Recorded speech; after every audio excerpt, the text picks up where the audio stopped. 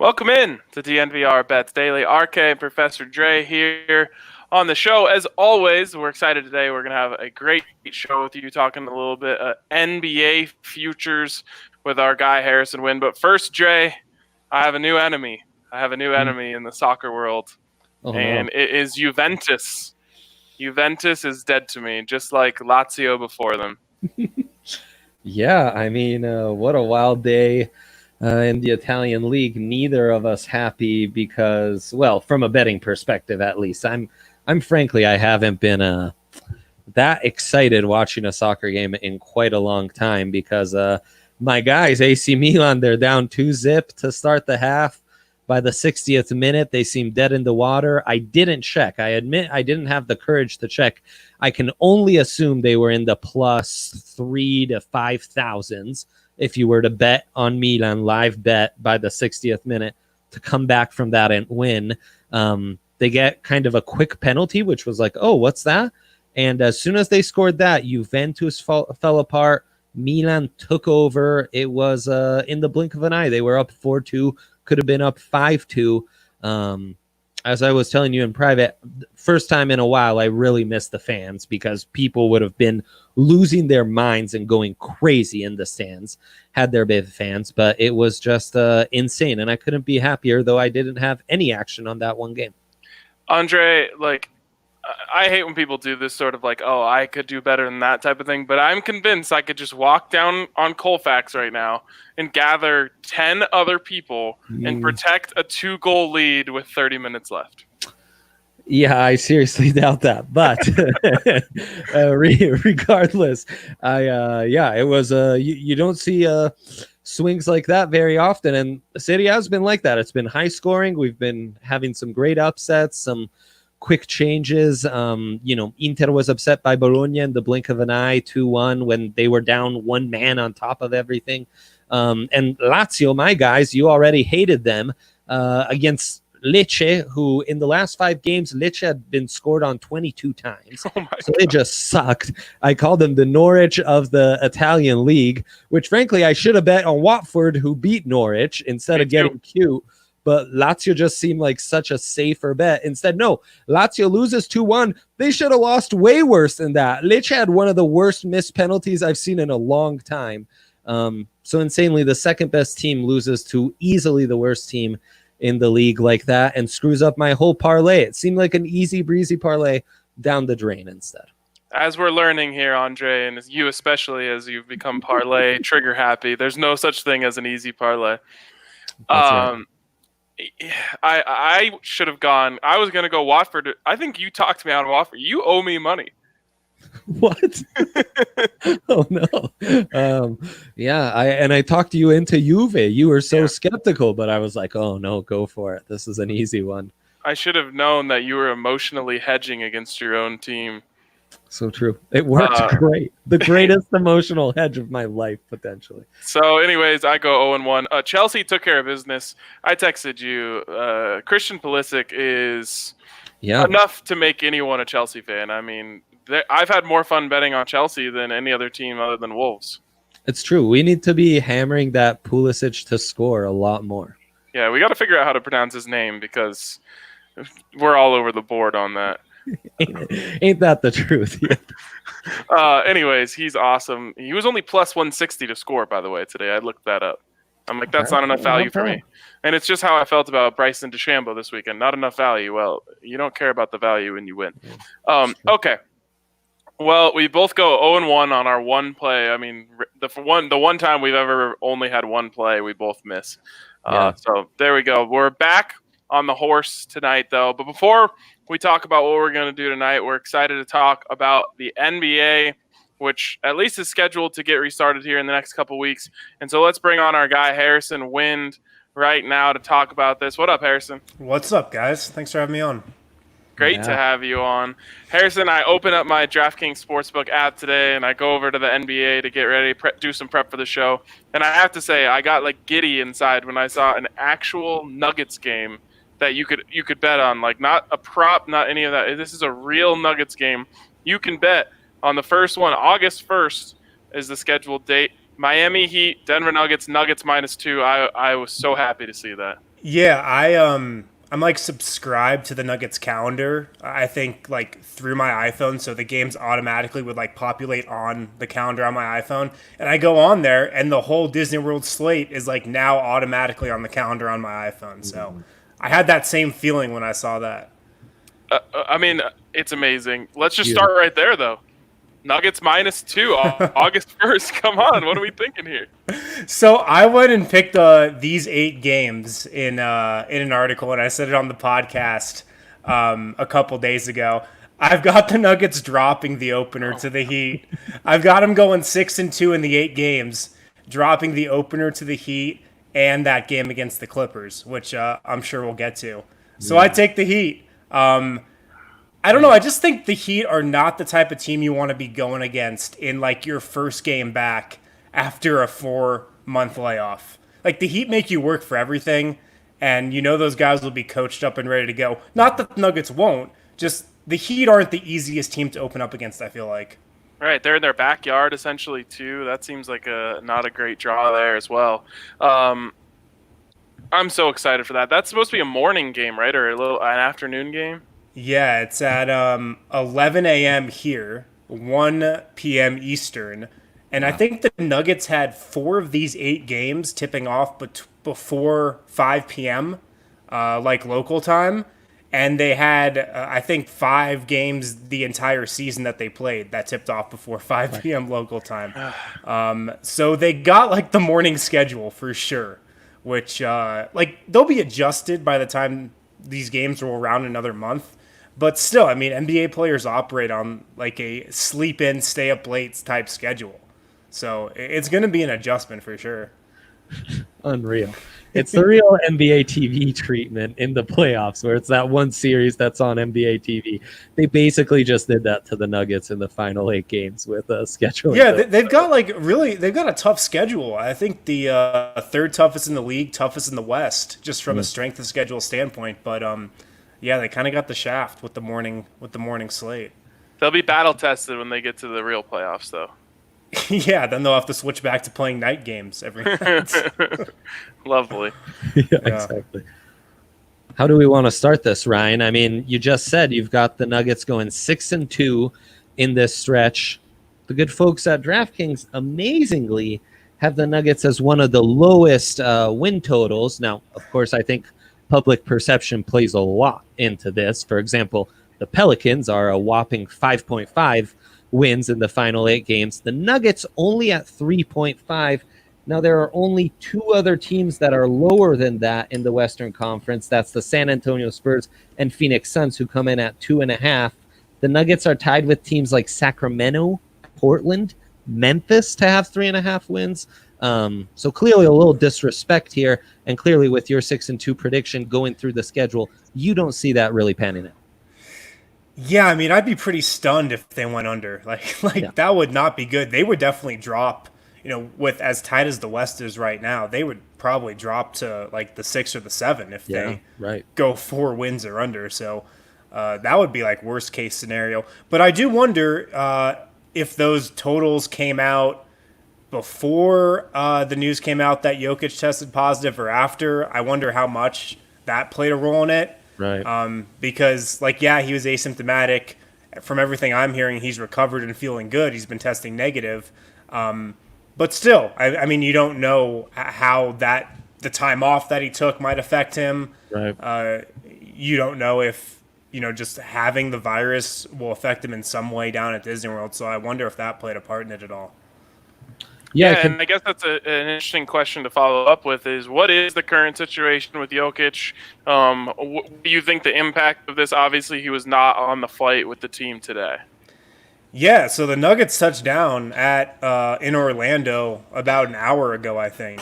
Jokic was not on that flight. Not a big surprise there because, if a player has tested positive in the kind of stretch that the league has been doing this every other day testing thing, which they've been doing for the last several weeks, they got to jump through a lot of hoops and, test negative a lot of times in their home market, which Jokic hasn't been in before flying with the team. So that wasn't a huge surprise. But, from everything I'm hearing, the Nuggets feel like pretty good about him getting back to joining the team soon. The only thing that you're wondering about is like the Nuggets are facing a 48-hour quarantine right now in their hotel rooms. That's something Jokic is going to have to do once he gets back here. So, they've got their first practice scheduled for Thursday or Friday. Even if he gets back tomorrow, he's not going to be able to participate in that, and just kind of the days kind of keep building up. So, the sooner they get him to Orlando, the better for sure. Right, yeah. I mean, every day that he's not there is 2 more days that he's not going to be there at the very least. Right. But, what do we have here? We've got, 22, 23 days before they're going to play any basketball. So you have to assume that he gets in there sometime within the next 2 weeks, right, and has at least 2 weeks to get ready. Yeah, I don't think anybody is worried about him, like, missing a game or anything. Right. Their first scrimmage... Where is that here? They just came out with that 3-game scrimmage schedule per team, which I think starts maybe the 20th off the top of my head, 22nd maybe. So just a couple more weeks until that. If you have him here before then, you're fine. But I mean, right now you're wondering, like, what kind of work is he doing basketball-wise? What kind of work can he do? And, like, these guys have all been off for, 3+ months, almost 4 months by next week. You just wonder, like, what kind of basketball shape is he going to be in when he gets back here? Yeah, in football we talk about how it takes teams a little bit to get into the season. Usually you don't see football at its highest quality product until maybe week 4, week 5. Is that how it works in basketball, in the sense of you're expecting kind of the product to struggle a little bit here during this 8-game stretch? So that was what I initially was thinking before we found out that they were going to get like 3+ weeks ramp up time. I thought they were going to try to squeeze this thing in a little tighter, and they were only going to get like maybe 2 weeks of a mini camp. But I think with 3 weeks of practice and a couple scrimmages, the product should be decent. I think the product should be decent. And there's like this misconception about the NBA that like the product is really bad at the beginning of the season. It's not quite true. Like, offense is okay. It's not as bad as people think at the very beginning of the year. So I think it's going to be okay. Just like cardio-wise and stamina-wise, I think is a thing to watch out for, because like you can work out, you can lift weights, you can run on a treadmill, but it's totally different when you get in between the lines and are actually playing basketball and going up and down. Like, trust me, I know that better than anybody. I know that from playing in like adult leagues better than anybody. It's totally different. Really true. Yeah, well, and that's where the Nuggets' depth might really play into this. And if not to be a Nuggets optimist, but if there was one player who doesn't necessarily need to be in the best of shape to still have a pretty high level impact on the game, I think it's our Nikola Jokic and what he can do, just based off the IQ and the passing and all he's got in. But 3.5, I just can't get over that, especially since outside of the 8 seed in the West, they're the only team in that 1 through 7 range. That's below. The win total below 500. I mean, especially if you look at some of these teams on their schedule, they play San Antonio in Game 3. Right. I don't think San Antonio wants to be at Disney World. I don't know what type of effort you're going to get from the Spurs. Adam Mares has thrown it out there. He thinks the Spurs are going to go 0-8 at Disney World. I could see it. I mean, they've got Utah, who is just like falling apart at the seams right now. Right. It seems like they don't have Bogdanovich. I don't think they have Conley. They've also Nuggets have played Utah really well this season when Utah's been at full strength. And then that third to last game against the Lakers are going to be resting everybody by then. They're going to have clinched the 1 seed by then. So the Nuggets actually really lucked out with getting the Lakers late in the schedule. So, I mean, that should be 3 wins right there. And Toronto might be resting in that last game. Right. It's tough. I just don't see them going under, man. That's a low number. It's crazy, especially because, like you mentioned, there's a chance of them playing quite a few teams with nothing to play for, and there's a pretty good chance that every one of these games will be consequential for the Nuggets. I wonder how many stretches all season, if any, they've had where they went 3-5 during an 8-game stretch. Not many. There probably haven't been many stretches over the last 2 years where they've lost 3 in a row. Yeah. You know, Yeah. that's been like something they've hung their hat on. So yeah, I can't see it unless like Jokic doesn't join the team. Right. Then I think you could be talking about an under. But I mean, that's like one of the few scenarios. Yeah, exactly. On a non-Nuggets note, are you subscribing to this with me and millions of other people that the NBA is going to try to figure out a way to get the Pelicans into the playoffs? I mean, yeah, it's a fun theory, and it was fun to jump on that when the schedule came out and they just had by far the easiest 8 games. It was like by far.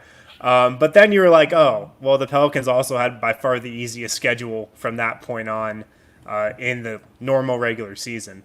But yes, if you had to ask the league, they definitely want the Pelicans in. If you had to give them truth serum, they definitely would say that for sure. Plus 290 on the I Pelicans. mean, I want the in. Pelicans in too. I want Everyone them does. Yeah, Obviously. put them in there. Like, can they just take the Brooklyn Nets 7 seed right now?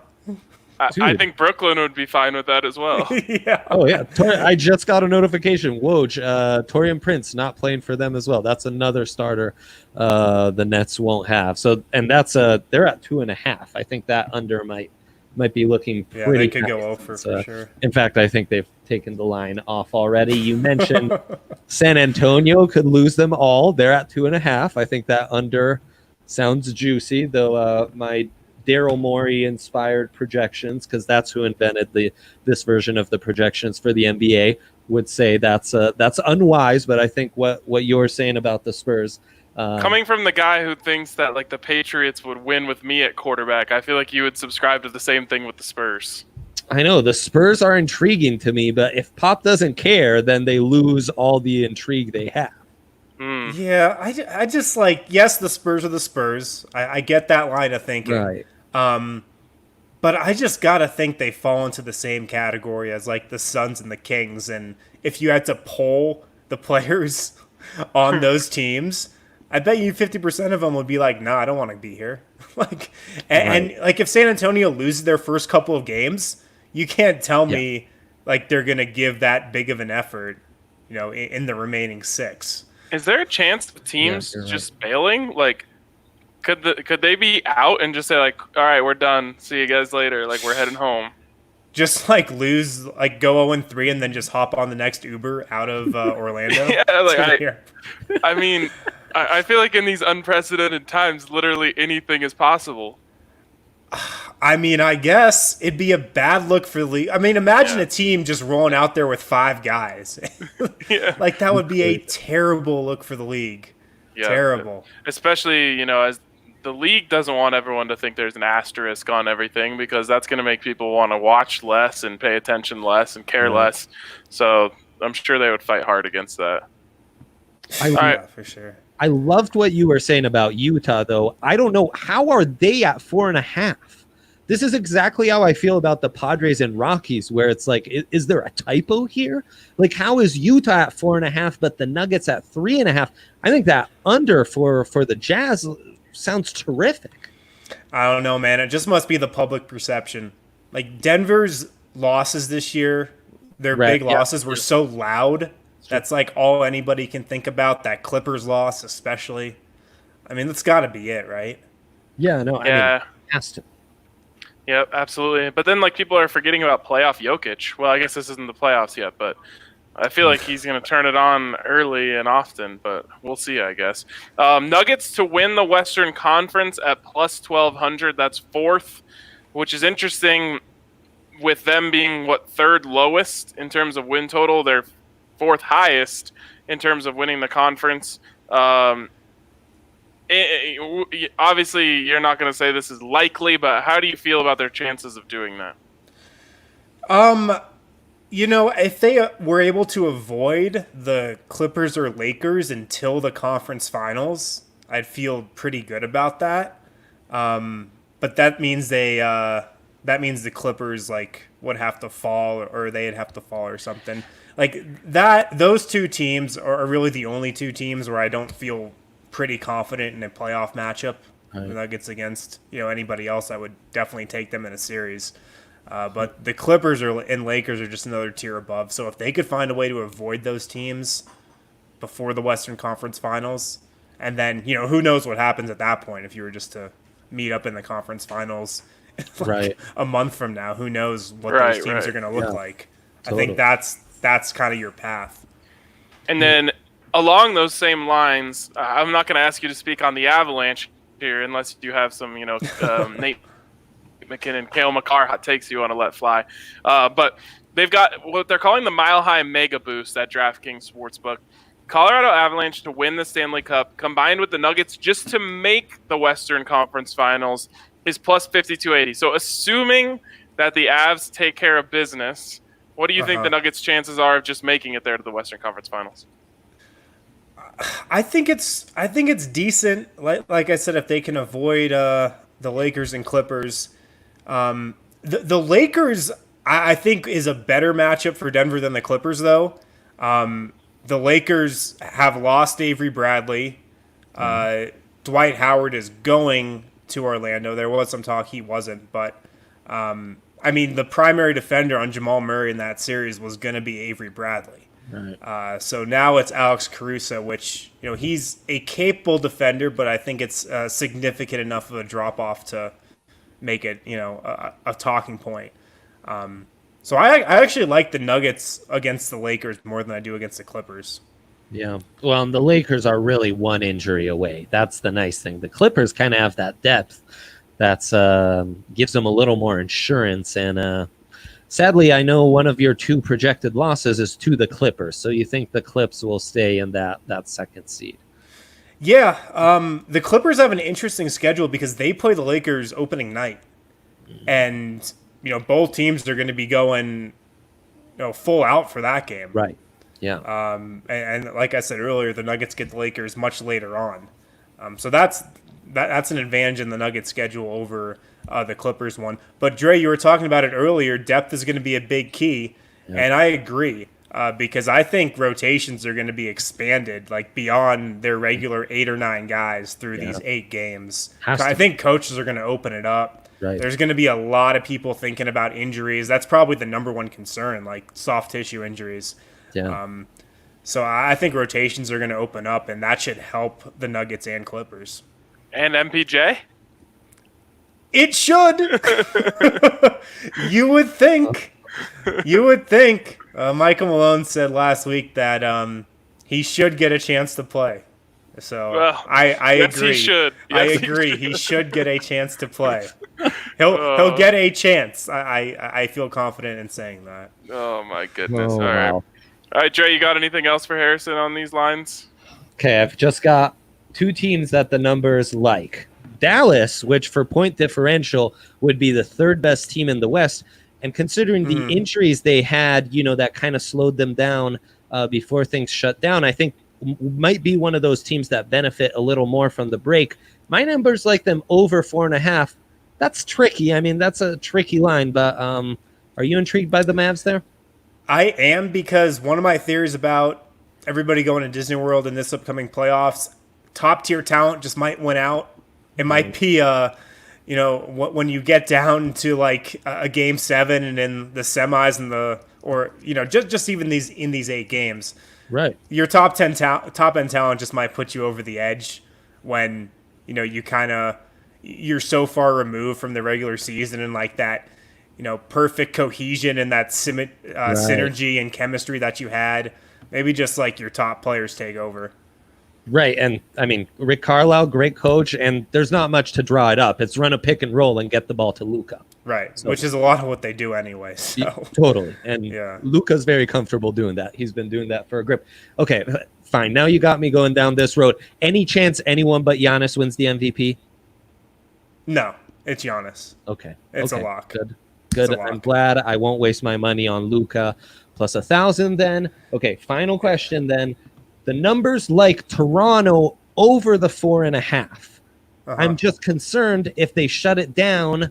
Do they get 4 wins and then shut it down? Can I eke out a 5th before they shut it down? In the East, this sounds promising, but I have my concerns here because the seeding's much more locked in for those Eastern Conference teams. So they're up 3 games on the Celtics.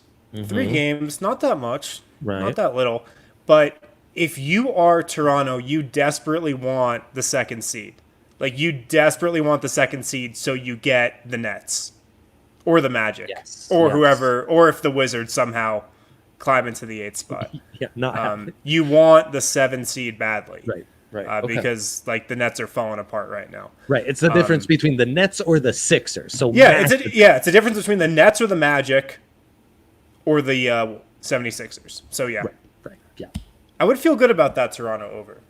Sweet. I feel okay. Yeah. Wow, that's an interesting one. They might call up Michael Malone to find out how to mess with the seeding and make sure you end up exactly where you want. Yeah, the Nuggets know how to do that. That's for sure. All right, man. Well, thank you so much, Harrison, for all of your insights. We are counting down the days until August 1st when all this gets started. So appreciate all you do, and thanks for coming on with us, man. Yeah, thanks. So am I. Thanks for having me, guys. See you, Harrison. All right. Great stuff. Really, I'm so freaking excited for these games. It's so nice to be talking about American sports. No disrespect. Premier League, awesome. Fights in Abu Dhabi, fantastic. I'd love to see a basketball game in America. TBT. That's all I feel you, bro. I watched some TBT this weekend. It didn't quite hit the spot. Nope. Wasn't doing it for me. Yeah, I know. NWSL has been a team sport back in the US, but it was fun, but it wasn't quite, I just want sports in the evenings, frankly. Now what's crazy is I'm realizing NHL, MLB has always done this, but NBA and NHL, they'll have games like throughout the day. I mean, we're going to have it's March Madness marathons. Yeah. I mean, you look at that. If you look at the game lines on DraftKings Sportsbook right now, you see that almost all of them are on August 1st. I mean, of course, you've got July 31st and then a bunch of August 1st. But, that's Thursday and Friday, the NCAA tournament. Beautiful. I mean, games it's insane. All day long. So get your seat reserved here at the DNVR bar because it's going to be a long day. Speaking of DraftKings Sportsbook, I want to give a shout out to them. Make sure you go download the DraftKings Sportsbook app right now and get your sign-up bonus up to $1,000. Use the code DNVR at checkout. Get that sign-up bonus up to $1,000 at DraftKings Sportsbook. Get in on all these odds boosts, these fun little parlays that they put together, and then boost those odds. You can play along with our round-robin parlay in UFC this weekend. Tons and tons of fun stuff going on at DraftKings Sportsbook. Even if you want to bet $1 on each game, just for the fun of it, I promise you'll have fun with it. So go over to DraftKings Sportsbook. You must be 21 or older, Colorado only. The bonus is comprised of a first deposit bonus and a first bet match, each up to $500. And the deposit bonus requires a 25x playthrough. Restrictions do apply. See DraftKings.com/sportsbook for details. And if you have a gambling problem, call 1-800-522-4700. Nice. All right, Dre. You're kind of right. Like, why am I'm already tired of 11 a.m. action. I was really loving it. Now I'm like, can't I just go home and eat dinner and then watch this? Yeah, no, I know. It's going to be a lot. And we work in sports, so I think we'll survive. But even I'm concerned about maintaining my work while watching all these games, and watching those games kind of is my work. So I feel bad for the rest of you, especially those of you who are still working from home. I mean, the temptation must be too much to not work while watching sports consecutively every day for all of July and August, which sounds amazing. I'm all in. I'm truly counting down the days, even though I'm getting some nice wins here and there too. We need to mention there's an insane odd boost right now at DraftKings. Well, there's lots of odd boosts. You can opt in, though, to the big fight we talked about on yesterday's episode, Usman Masvidal. You can get either at this insane plus 500. So you want the favorite, the minus 200 favorite in the champ Usman? Go for it and take him at plus 500. I mean, it's just DraftKings again. They're just such great people. Am I lame for hating when they? I want to bet on the underdog, but when they do they are forcing my hand to bet on the favorite. They are. I think the fairer thing should be, and if I'm going Masvidal, you give me a plus 500 to the plus 2, on top, whatever he gets. Right. And Usman, you're not getting anything subtracted, so that's still probably where the value lies, but it's an even better. But I mean, these sportsbooks, Ryan, they make money off the underdogs. We're all just getting baited. All these parlays on my favorites, they're just baiting me to take the favorites because they know eventually they'll make money on the dog. So you should have never shamed me for going after underdogs, because I'm just like the smart people at DraftKings and any other sportsbook. So we're probably going to end up having to play both sides of that, but that's a conversation for Friday, and we'll figure that out. As for tomorrow, got a nice little, what is that, a 4-game slate in the Premier League for us tomorrow afternoon. What do you like? I'll tell you off the bat, and this is obvious. I like Wolves plus 115 on the money line to take on Sheffield United. Sheffield United, famous for, of course, being part of what screwed us over in our first ever English Premier League bet. It wasn't their fault. It was the ref's fault, but now I blame them. Sheffield's kind of hurt me at several different corners, which is why I am strongly considering fading you here. Strongly. But before I make that final decision, can we just talk about how we talked about Leicester, Arsenal? We liked both sides, which meant it would be a tie, but anytime we picked the ties, they never happened, so we just stayed away, and it ended up being a GD tie. Like, Ryan, that's how it works. You can't write this stuff. That's how it works. I hope that the good listeners were able to decipher, do that Illuminati math and figure it out, and made a lot of money on the tie. Also, heavy heart, and I've been thinking of our guy Chris Hill. He had an amazing free bet. He put it on a two round parlay.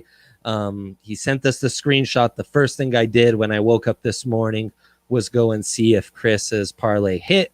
As you can imagine, the over hit, the under did not. So thinking about you, my guy, because I was really rooting for that. Back to the Premiership. I'm going to fade you and take Sheffield United. I will regret it instantly, but I'm going to do it because we like to have fun here. So plus 295, you can't beat that value there, Ryan. Well, you know what's going to happen now, right? That the Wolves will win. Oh, dude, he's saying that his parlay did hit. The under did hit on the Wyverns. So it was under in the first 5 innings. Oh, yes. Let's go. That's amazing. Great.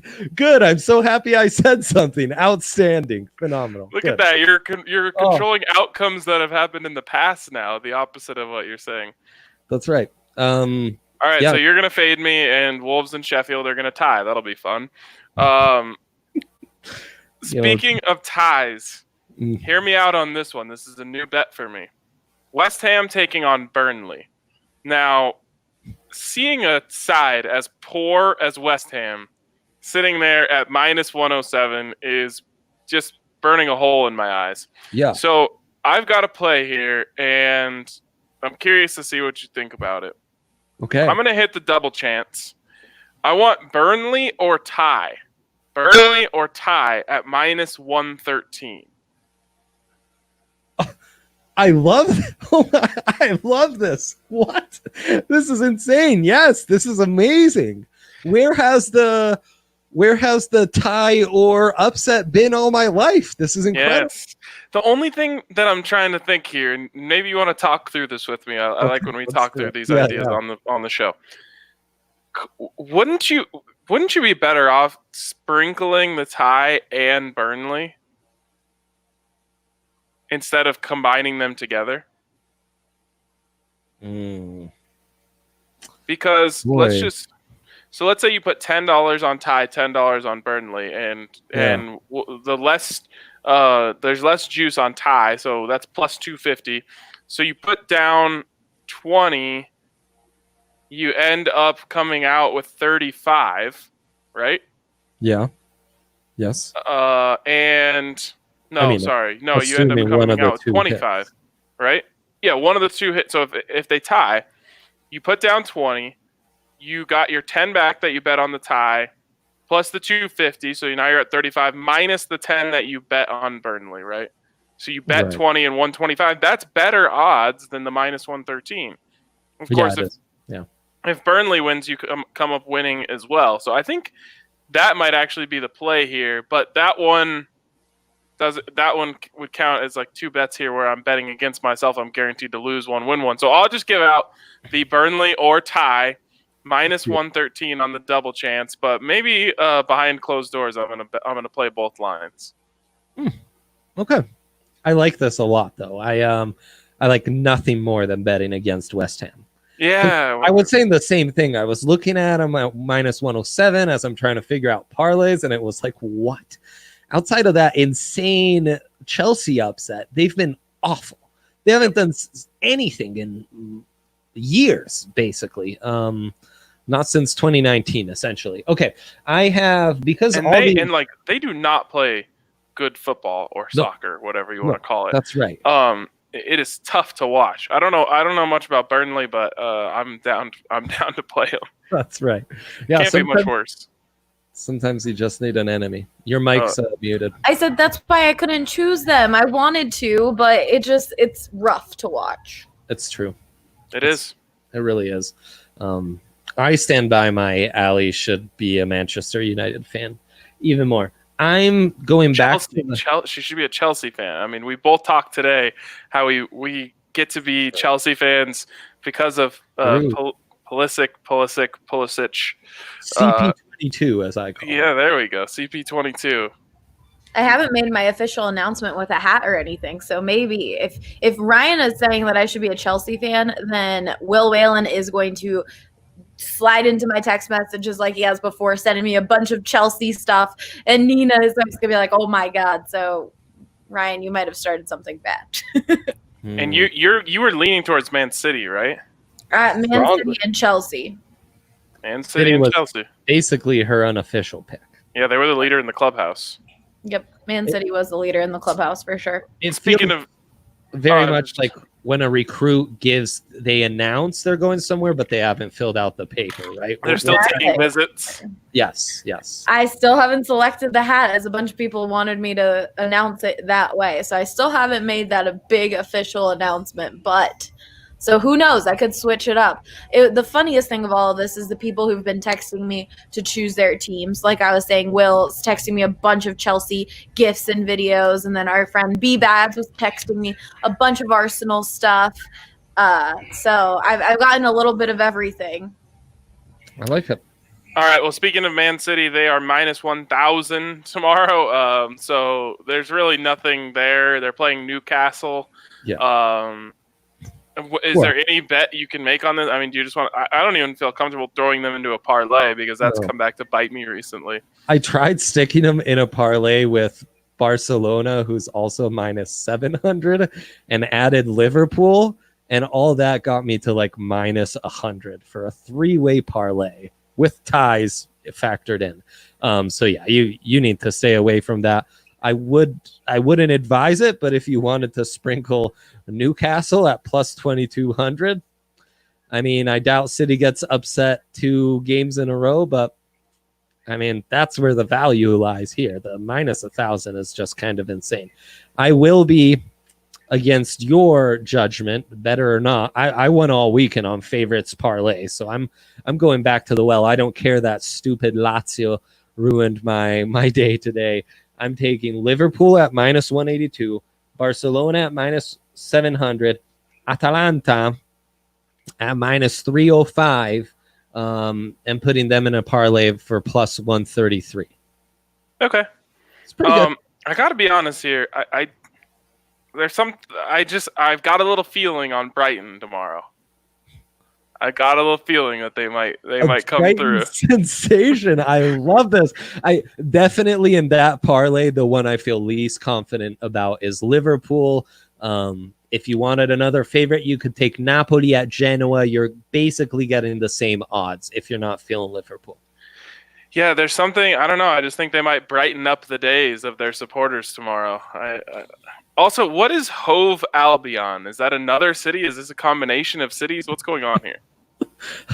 That's for our British listeners. Michael's here, I believe, from Broncos Europe. What is this like? Is this like Denver and Salt Lake City like combined to make a team? Right.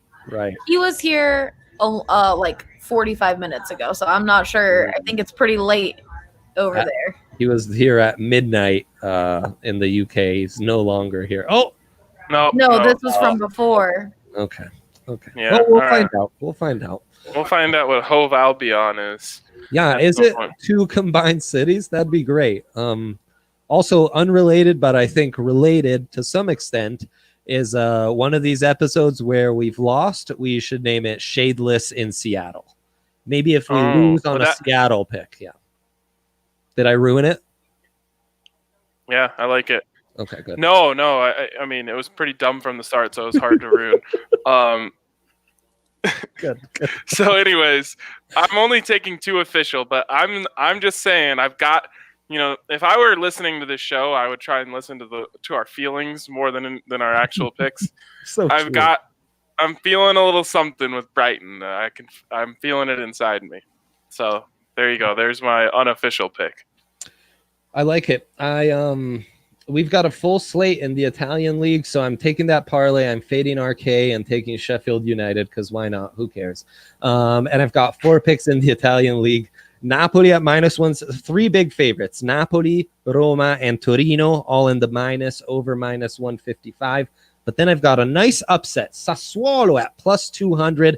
They're going to a young Bologna team flying hot off their upset of Inter. I don't think it'll last. Sassuolo's been scoring a lot of goals. Some veteran players on that team. They're not traveling far because you're getting the road team advantage again. So, are all the Italian sides named after lunch meat? You've got bologna, Genoa, salami over there. What's going on here? the Parma, which I'm sure you associate with food. These are just city names, guys. Just city names. That's all right. Just all we've got. I guess that's where these foods are coming from. That's exactly right. Yep, that's precisely right. You get like Hamburg as well. In the German league, yes, you do. That's correct. You stumped me. We should also mention soccer's coming back stateside tomorrow with the MLS. This is one of those. I saw. Is there 2 games tomorrow? I saw one of the games has been canceled already. Yes. That's correct. But not of the 2 games that are going on tomorrow. You can get an odds boost on one of those. That's Inter Miami scores first and win versus Orlando City, which seems like a decent hedge when so many of these teams that score first end up winning, and you're getting nice odds on that. My Inter Miami is a +130 favorite, and with that odds boost, you're getting them at +200, though you need them to score first too. As we found out with these leagues starting back up, especially a league like this where they will only 2 games in, I would advise letting this play out a little. Have some fun with the futures maybe tonight before things kick off.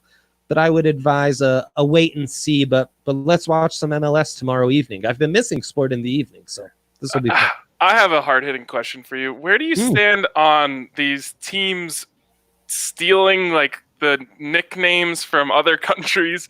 Because it really, really bothers me. Like Inter Miami, stop that. NYCFC, you're not a football club because you play in America. You are a soccer club. Like, and then you've got Orlando City SC. Like they figured it out. Can we have some sort of cohesion here? It's driving me nuts. If you were to guess what side of the spectrum I fall on, what would you guess? I'm assuming that you're not in favor of Real Salt Lake. I hate it. It drives me bonkers. It's the worst thing we've ever done. We need to not use British terms for our soccer. I don't use British terms because my soccer is calcio. I grew up in Italy. I don't have an inferiority complex. None of us should, especially not to the British. I love you all, but I shouldn't look up to you either.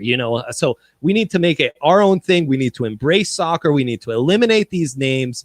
It's foolishness, Ryan. It's bad. It's bad for our soccer culture, I say. Then, you got, it is so bad. I'm so glad you're with me on this. It just really bothers me how there's no cohesion. Like Atlanta United FC, they're just pulling buzzwords out of the air. Yes, that's what it is. They are. My least favorite is Sporting Kansas City. Oh, it kind of works, but it's like Sporting Lisbon's what they're doing, and yeah, the FCs are insane. They're insane. It is nice that you can tell who the OG teams are, like the Rapids, because they're just city or state mascot, as we do in America. But the one that gets me the most is Real Salt Lake. Just think of Salt Lake City for a second, and then try and imagine them saying Real Salt Lake in front of their name. All right, I'm glad we're on the same page there. That's my biggest beef with the MLS. Otherwise, the product keeps getting better, and I appreciate them for that. So, all right, we'll be tuned in tomorrow evening as there's finally sports in the evening in the United States. That'll be great. Orlando City and Inter Miami. What is CF? Or Inter Miami CF? Oh boy, I feel set up a little bit. For a second, I forgot where I was and just let it fly. I do not know what CF is, but we have some insights on Albion here. It's an alternate name for the island of Britain, and Hove is a city next to Brighton. So we're just throwing together all sorts of stuff here. They're kind of pulling a little MLS here. Is that a parlay right there? It's a Brighton Hove Albion parlay. It's a three-wayer. Oh my God. CF is Club de Football. I just threw up a little bit in my mouth, but I love the insights. Yeah. At least Miami has some culture to back it up there. That's true. Andre, I can't think of what inappropriate thing that you immediately thought for that. Whatever inappropriate words start with C and F, Allie. This is a fun game I like to play at home. Okay, whatever. All right, I think that's a good place for us to stop. I mean, we could go all night here, but I think we'll wrap it up here before we get ourselves into more trouble. Good call. All right. Thank you to the commenters for helping us out with all of these confusing names. Appreciate everyone. Hope you guys all have a great day, and we will talk to you tomorrow. Look, Michael was here. Nice. Oh, yeah, he was here all along. Legendary. Nicely done. Even he didn't know what Hove Albion was. He stayed out of it like a wise man. He's like, I'm not here. Don't look at me. All right. We're wrapping it up. DNVR Bets Daily. Thanks again for tuning in. Good luck on your bets.